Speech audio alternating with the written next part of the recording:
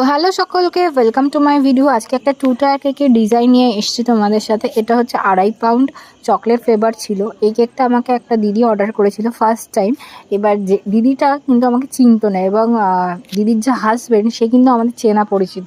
তারপর যখন জানলো যে আমার থেকে অর্ডার দিয়েছে, তখন বললো আমাকে কিন্তু ভালো করে বানিয়ে দিস অবশ্যই। খুব সুন্দর। তার বেবির 4 বছরের জন্মদিন ছিল এটা। গার্ল, অবশ্যই দেখলেই বুঝতে পারছো থিমটা।